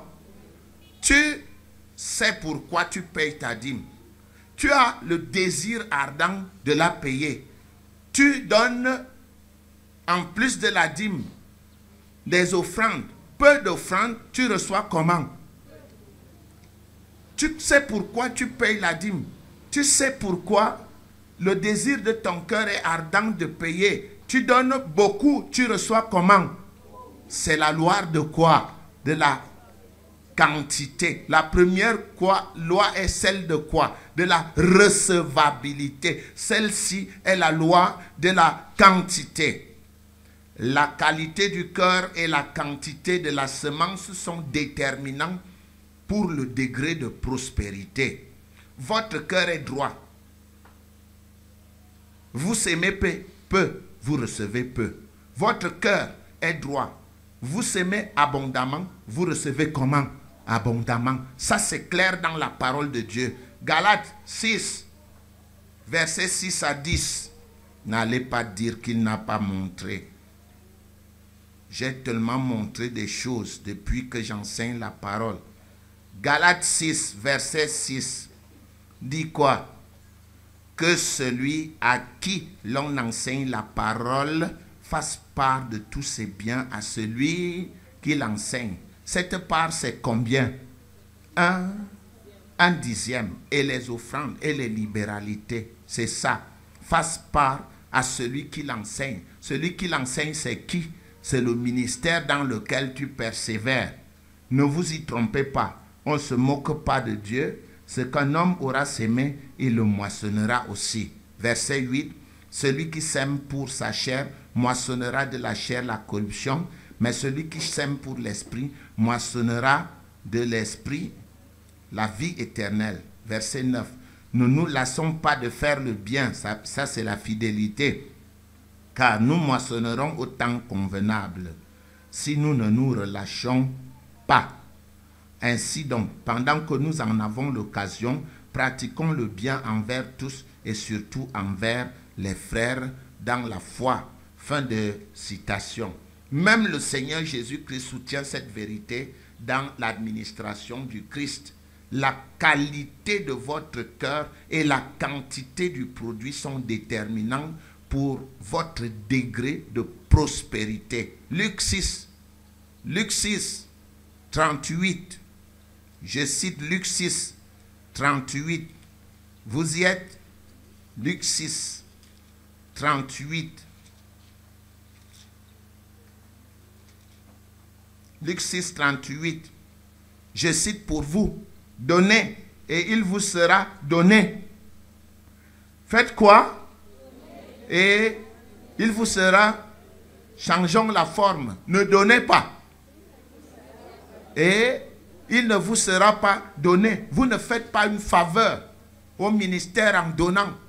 Vous faites à vous-même la faveur et Dieu est content parce que vous avez donné au sein du ministère pour la bénédiction de son œuvre. Donnez et il vous sera donné. Maintenant, regardez la loi des quantités. On versera dans votre sein une bonne mesure serrée et secouée et qui déborde. Car, regardez bien, quoi? On vous mesurera avec la mesure dont vous vous serez servi. Fin de citation. C'est la loi des quantités ou de la qualité? La loi des quantités. La loi des quantités. On vous mesurera avec quoi? La mesure qui est la vôtre. Hein? C'est chacun qui détermine son degré de prospérité. C'est toi qui décides d'être pauvre. C'est toi qui décides d'être riche. N'accusez plus Dieu. Je t'ai montré le chemin. Je t'ai montré la première phase, savoir pourquoi tu payes la dîme. La deuxième phase, avoir l'ardent désir de payer à Dieu ce qui lui appartient de droit. Nous avons vu ça. Ça permet d'avoir le minimum. Maintenant, tu veux la quantité, tu fais quoi? Tu as payé ta dîme, tu œuvres en donnant au sein du ministère, comme toutes ces bonnes femmes, les femmes riches qui suivaient Jésus-Christ dans son ministère et qui permettaient au ministère de bouger. Il y a même une qui a oint sa tête avec un parfum de nard, un parfum qui coûtait toute la vie de travail d'un ouvrier. Une femme a offert ça. Il y en a qui ont offert à Jésus des tuniques sans couture. Il y en a qui ont offert à Jésus de quoi pourvoir à ses besoins et à ses apôtres. Il le faisait. Et c'est pour cela que le Seigneur n'a pas été mendiant. Nonobstant le fait qu'il ait été le Fils de Dieu, les gens lui ont témoigné leur affection, manifestation vis-à-vis de Dieu à cause des bontés que Dieu leur a rapportées. Donc votre degré de prospérité dépend de vous. Autant vous allez donner au marabout, autant vous pouvez décider de rembourser à Dieu ce que vous lui devez. Autant vous bousillez l'argent là dehors pour une sortie, autant vous pouvez décider que je ne bousille pas. Je vais donner à la chorale. Vous pensez que celle qui a donné à la chorale là sera bénie ou elle ne sera pas bénie? Elle sera bénie parce que chaque fois qu'on va faire un son dans cette chorale et qu'on va chanter à cause des instruments qu'elle a achetés, qu'est-ce qui va se passer? Celle qui avait essuyé le visage de Jésus, qu'est-ce qui s'est passé? On a parlé d'elle et on parle toujours d'elle chaque fois qu'on dit des évangiles. Celui qui a porté la croix de Jésus, qu'est-ce qui se passe? On parle de lui, quel que soit l'endroit ou n'importe quand on parle de la crucifixion de Jésus. Et la personne qui achète quelque chose pour Dieu, Dieu parle d'elle au ciel à son Fils Jésus-Christ. Et cette personne a de la valeur devant Dieu. C'est à vous de choisir que vous voulez être avec Dieu, vous voulez bénir ses infrastructures. C'est encore à vous de choisir vos égoïsmes personnels en disant « Oh, moi je n'ai rien, je ne donne rien ». Vous êtes libre. Hein? La dîme est une façon pratique de démontrer que nous sommes reconnaissants comme nous sommes reconnaissants à Dieu comme notre capacité, que c'est lui qui est le pourvoyeur à tous nos besoins et que c'est pour cela que nous contribuons nous aussi pour faire fonctionner dignement sa maison au moyen de nos contributions, dîmes et offrandes et notre amour pour le développement de ces infrastructures. Celui qui paye sa dîme devient libre de l'esclavage matériel. Vous savez qu'il y a certaines personnes qui ne peuvent pas enlever 5 francs de leur poche parce que l'argent les domine. Elle met la main dans la poche pour sortir 10 000. La main même va chercher à choisir 5 francs au lieu de... Ouais, c'est la nature égoïste. La nature quoi? De la cupidité. Non. Je vais donner mes... Celui qui paye sa dîme devient libre de l'esclavage matériel. Il dispose librement de ses biens sans que ceci ait une influence sur lui. Hein? Voilà, la dîme est notre minimum d'assurance financière, d'assurance santé et d'assurance accident. J'insiste. Et d'assurance quoi?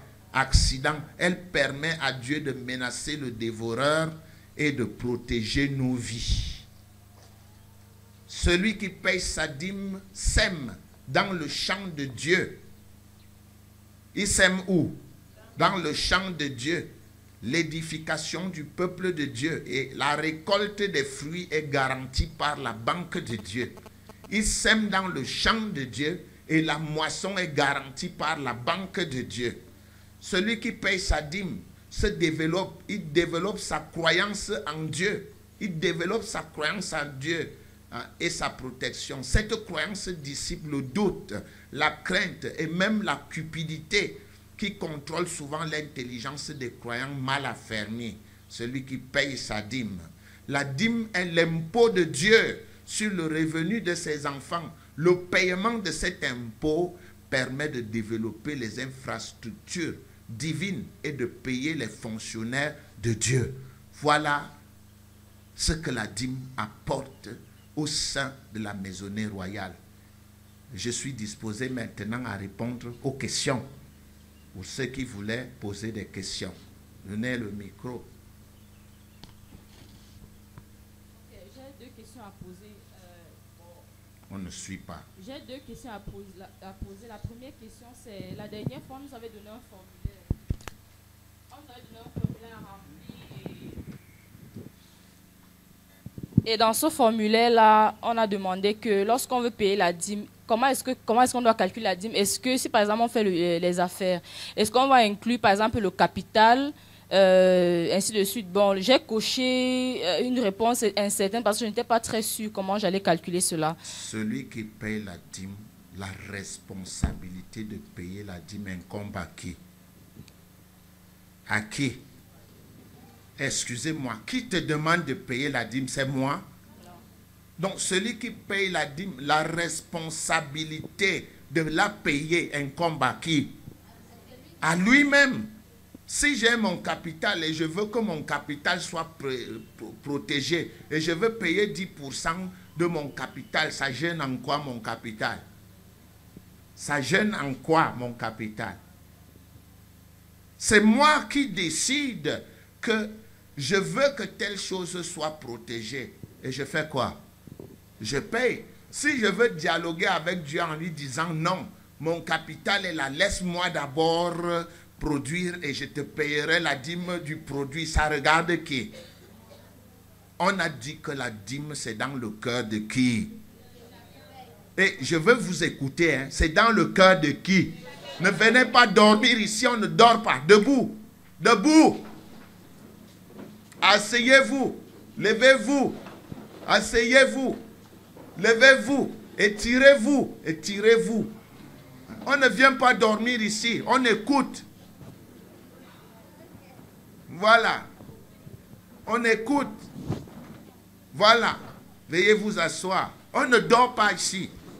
Ça, c'est un cours de l'université de la vie.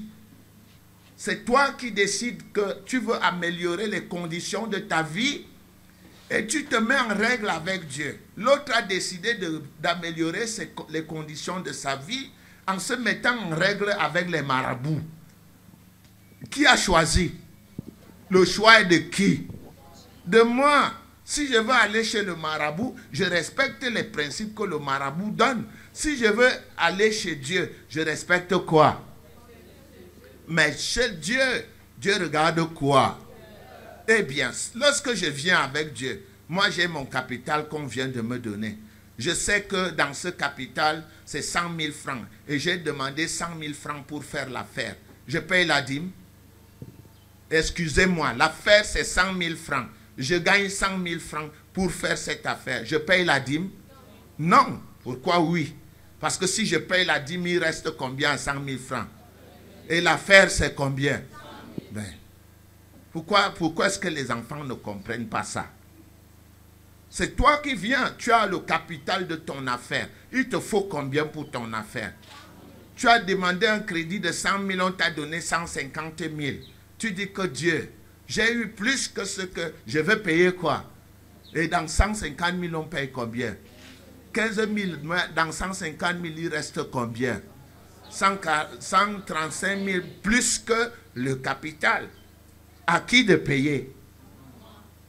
Ça dépend du cœur de qui? C'est moi qui dois venir te donner les prix de calcul? Non. La dîme est une question personnelle. Encore une fois, je répète, Celui qui paye la dîme doit savoir pourquoi il la paye. Pourquoi? La dîme est la juste rémunération honnête et raisonnable que nous donnons à Dieu parce que lui, il nous offre des services. La respiration, la grâce, la vie, les battements de cœur, la santé. Ça ne coûte pas un dixième. Parce que si vous tombez malade à la fin du mois et que votre salaire est de 200 000, il y a parfois où des gens tombent malades, on en demande 500 000, on demande même 1 million. Mais alors, si vous devez donner à Dieu 1%, un dixième pour que vous soyez en bonne santé, qu'il contrôle vos avoirs, moi je ne vois pas en quoi est-ce qu'il y a, qu'est-ce qu'il y a de négatif. Bien au contraire, nous gagnons énormément en payant nos dîmes. Il y a des familles qui ont tous les enfants malades. Mais dès qu'ils commencent à payer leurs dîmes, qu'est-ce qui se passe? Les maladies s'arrêtent. Moi, j'ai vu des gens dans ce ministère, un enfant arrivé ici un jour, il avait déjà 3 ans ou 4 ans, il ne marchait pas. En une soirée, j'ai posé la main sur son dos, il s'est mis à marcher. Qui était là? Regardez autour de vous, vous verrez qui était là. Ces gens ont marché bien avec la dîme, mais je ne sais pas s'ils marchent encore bien avec la dîme. Ça se passe dans le cœur des gens. Vous allez voir que les gens payent les choses parce qu'ils sont sous pression. Dieu n'aime pas qu'on paye ces choses parce qu'on est sous pression. Dieu veut qu'on fasse ces choses parce qu'on reconnaît ce qu'il fait pour nous. Voilà. Et maintenant, dans les quantités, vous voulez que ça fonctionne plus? Il a dit quoi? Celui qui sème peu moissonnera peu. Celui qui sème abondamment moissonnera abondamment. Qu'est-ce que j'ai à voir là? Si tu veux être un nain matériel, donne peu ou ne donne même pas. Si tu veux avoir l'abondance, paye ta dîme. Tu veux avoir une abondance qui dépasse les abondances pour avoir un surplus dans ta maison, fais quoi? Paye ta dîme et les offrandes. Point barre. 2 hydrogènes, 2 atomes d'hydrogène et 1 atome d'oxygène donne quoi? L'eau. Ça, c'est la parole de Dieu. Et ça ne demande pas de commentaires. C'est clair.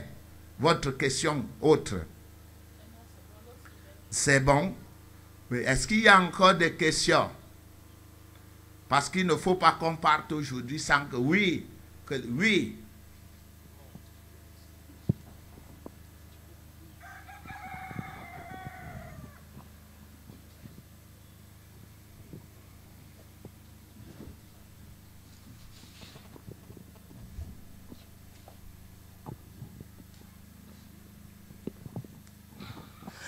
Oui, révérend, merci pour cette opportunité que vous nous donnez de poser les questions. Mais c'est plutôt une doléance que je veux faire. On nous voit en international, monter, parler devant la caméra. Oui, c'est plutôt une doléance que je veux faire. Parce que quand nous lisons justement la Bible, quand nous sommes enseignés, on se retrouve à beaucoup d'amalgames, surtout en ce qui concerne les lois. Parce que d'une part, on va parler de la loi de Moïse. Ailleurs, on va nous dire qu'il y a la grâce et que Jésus-Christ a déjà accompli un certain nombre de choses. Bon, aujourd'hui, vous nous parlez des lois immuables. Dieu ne change pas. C'est une doléance que je pose aujourd'hui. Est-ce qu'il ne faudrait vraiment pas, bien que vous ayez déjà enseigné sur les administrations, de revenir vraiment dessus pour que nous apprenions véritablement à connaître qu'est-ce qu'on doit faire, qu'est-ce qu'on ne doit pas faire, qu'est-ce qu'on ne doit plus faire. Donc c'est une doléance que je pose aujourd'hui. Merci. Ok. L'autre a posé sa demande, sa doléance jeudi soir. On a enseigné aujourd'hui sur la dîme parce que nous sommes conscients que les chrétiens n'ont pas la maturité ou alors ne maîtrisent pas ces enseignements, tout simplement parce qu'il y a plusieurs enseignements qui sont dispensés dans le domaine et que les gens fréquentent en même temps plusieurs milieux spirituels. Mais il faut se faire une idée ferme, parce que Dieu dit que tout ce qui n'est pas le produit d'une conviction est péché. Il faut se faire une idée ferme. Et puis, nous n'avons pas la prétention ici de détenir le monopole de la connaissance, de la parole de Dieu, mais nous pensons qu'il y a un préalable dans la division de la parole. Il faut connaître les administrations et à qui la parole de Dieu s'adresse au moment où on travaille avec un texte. Sinon, on va faire un amalgame. On va par exemple imposer un texte de l'époque de Jésus-Christ aujourd'hui dans l'administration de l'Église de la grâce. On va par exemple imposer un texte d'Apocalypse qui a la 7e administration ou administration finale aujourd'hui, pendant que nous sommes à la 5e administration. Il faut donc savoir vraiment situer la parole dans quelle administration on se trouve, non seulement dans quelle administration, mais aussi à qui la parole de Dieu s'adresse dans cette administration. Parce que nous savons que selon 1 Corinthiens 10, 32, la parole de Dieu s'adresse à 3 groupes de personnes.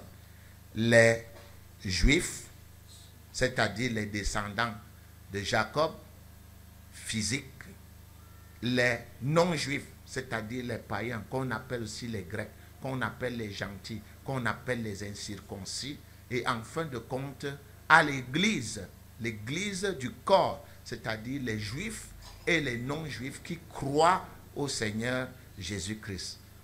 Il se pourrait que quelqu'un lise une écriture qui s'adresse aux Juifs et qu'il l'applique dans sa vie. Moi, je ne suis pas un Juif. Il se pourrait aussi que quelqu'un soit classé comme païen et qu'il appréhende une écriture et qu'il la mette en pratique. Techniquement, nous sommes des chrétiens d'origine païenne, mais nous ne sommes plus du cadre des païens parce que nous croyons en Jésus-Christ et par conséquent, nous faisons partie de l'Église de la grâce, l'Église qui est le corps de Christ. Donc l'étude des dispensations et l'étude de la destination de la parole de Dieu sont utiles pour ce qui est de l'interprétation de la parole de Dieu. Voilà. Voilà un texte. Quelqu'un a étudié le texte de la dîme et l'a situé dans la grâce. Il a dit Jésus-Christ a accompli la loi. C'est vrai. Et que dans l'administration de la grâce, on ne parle pas de dîme. Ça aussi, c'est vrai. Mais il n'a pas tenu compte que la dîme n'a pas été instituée par Moïse. Elle a été instituée par Melchisédek 2000 ans avant que Moïse ne naisse. La dîme ne fait donc pas partie de la loi de Moïse. Voilà. Et si le Nouveau Testament n'en parle pas, c'est en majeure partie à cause du principe selon lequel les enfants de Dieu sont au-dessus des serviteurs de Dieu. Un enfant, pour s'occuper de la maison de son père, fait plus que ce qu'un serviteur peut faire. Les serviteurs étaient liés à la dîme, c'est-à-dire le minimum, 1/10. Nous ne sommes pas liés au minimum. Nous devons donner quoi? Le maximum, parce que c'est notre maison. Et Dieu s'attend à ce que nous fassions ce que Jésus-Christ a fait quand il était là sur la terre. Maintenant, il est assis à la droite de Dieu. Pendant qu'il est assis, il veut que nous soyons, nous, comment? 0. Lui, il est assis parce qu'il a terminé son œuvre. Il veut que nous, qui sommes ici, on soit comment? Oh là, c'est dommage. C'est vraiment dommage. Ça veut dire que la compréhension de la parole est très difficile pour vous. Lui, il est allé s'asseoir parce qu'il a terminé. Nous aussi, on s'assied. On fait quoi? On reste debout. Nous, on est debout pour accomplir un travail maintenant. Lui, il est où? Assis parce qu'il a fini sa part et voudrait que nous, on accomplisse quoi? Notre part. Bien que nous soyons assis avec Christ dans les lieux célestes, nous, fils de Dieu de l'administration de l'Église de la grâce, devons être comment? Debout pour accomplir l'œuvre de Dieu. On s'assied pour se reposer. Jésus a fini son œuvre et il est allé comment? Toi, tu as fini la tienne. Il nous a cédé le ministère de la réconciliation. Combien de gens as-tu converti? Ce n'est pas la responsabilité du pasteur. Tu es fils de qui? Tu es fils de qui? Déjà que tu n'agis pas avec tes dîmes dans la maison, tu as gagné combien de personnes à Dieu? C'est ça. Parce que Dieu s'attend à ce que tu fasses le travail qu'il t'a donné.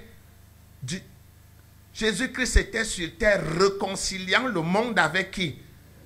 Avec Dieu. Il a terminé. Il est allé s'asseoir. Mais Dieu a cédé la parole de la réconciliation à l'Église. Qui réconcilie le monde avec Dieu maintenant? Qui? Qui? Combien en as-tu? Quel est le travail que tu as accompli? Donc les fils de Dieu sont allés s'asseoir, ils sont restés assis et ils s'attendent que Christ quitte le ciel pour venir faire le travail que Dieu nous a donné. Vous vous trompez. Allez lire 1 Corinthiens 2. Il nous a cédé la parole de la réconciliation. Lisez le livre de Corinthiens. Vous verrez que Dieu s'attend à ce qu'on continue le travail de son Fils. Son Fils a travaillé jusqu'à ce que le Saint-Esprit soit disponible. Et le jour de la Pentecôte, avant la Pentecôte, son Fils a dit quoi? Son Fils a dit clairement avant le jour de la Pentecôte, vous recevrez une puissance, le Saint-Esprit survenant, et vous serez mes témoins. Et vous serez mes témoins. On voit que vous n'aimez pas les gifles qu'on nous donne là dehors, les injures. Et vous serez mes témoins. Vous qui? Vous qui? Qui est témoin? Qui sera témoin? C'est vous. C'est nous. Et vous serez mes témoins à Jérusalem. Je ne suis pas juif. En Samarie, je ne suis pas juif. Jusqu'aux extrémités de quoi? De la terre. Voilà notre ministère. Ambassadeur pour Christ. Ah oui, intelligence dormante. C'est de ça qu'il est question. Non. Ce n'est plus l'église du pasteur qui à une époque, Jésus-Christ devait s'asseoir et pagayer seul. Aujourd'hui, c'est l'église qui pagaie. Nous nous asseyons tous dans la barque et nous faisons quoi? Nous pagayons. Chacun a la pagaie. Chacun gagne un. Et l'amène à devenir fort. Et le lâche lorsqu'il est fort. L'autre qu'on a lâché fait quoi? Il gagne un. Voilà, il nous a cédé la parole de quoi? De la réconciliation. Chers frères et sœurs, aujourd'hui, cet enseignement est spécial parce qu'il est à la base de la prospérité matérielle des enfants de Dieu. Et nous devions de connaître exactement ce que Dieu dit à ce propos. J'espère que j'ai tout dit. En mon âme et conscience, comme l'apôtre Paul, j'ai tout dit dans ce domaine.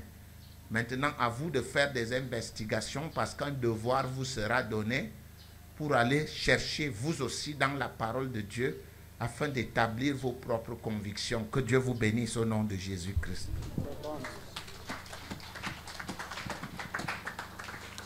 Bien, après cet enseignement très édifiant, nous allons prendre la prière pour l'asseoir dans notre intelligence qui sera dite par Maman Aboko. Donnez d'abord le devoir. La prière fait partie, l'enseignement fait partie du devoir. Le révérend prescrit comme devoir pour l'approfondissement de cet enseignement de faire l'étude individuelle de Malachie 3, du verset 7 à 18. Malachie 3, verset 7 à 18. Ensuite, 2 Corinthiens 8, du verset 1 à 15. 2 Corinthiens 8, du verset 1 à 15. Nous aurons également à lire 2 Corinthiens 9, du verset 6 à 15. 2 Corinthiens 9, du verset 6 à 15. Et enfin, Lévitique 27, 30.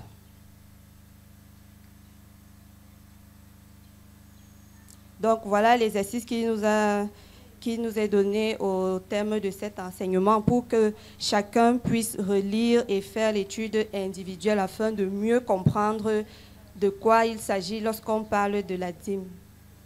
Si vous voulez, je peux reprendre Malachie 3, versets 7 à 18. 2 Corinthiens 8, versets 1 à 15. 2 Corinthiens 9, versets 6 à 15 et Lévitique 27 au verset 30.